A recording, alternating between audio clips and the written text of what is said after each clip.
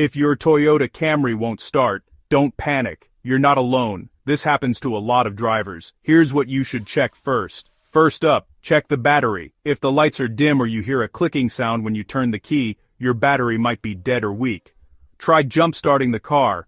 If it works, your battery could need replacing. Next, listen for a grinding or no sound at all when you turn the key. That could mean a problem with the starter. Starters wear out over time, and if yours is failing, you'll need a mechanic to take a look. Don't forget the fuel system. If your tank is empty, or if the fuel pump isn't working, your Camry won't start. Make sure you have gas, and listen for a quiet hum from the fuel pump when you turn the key to on.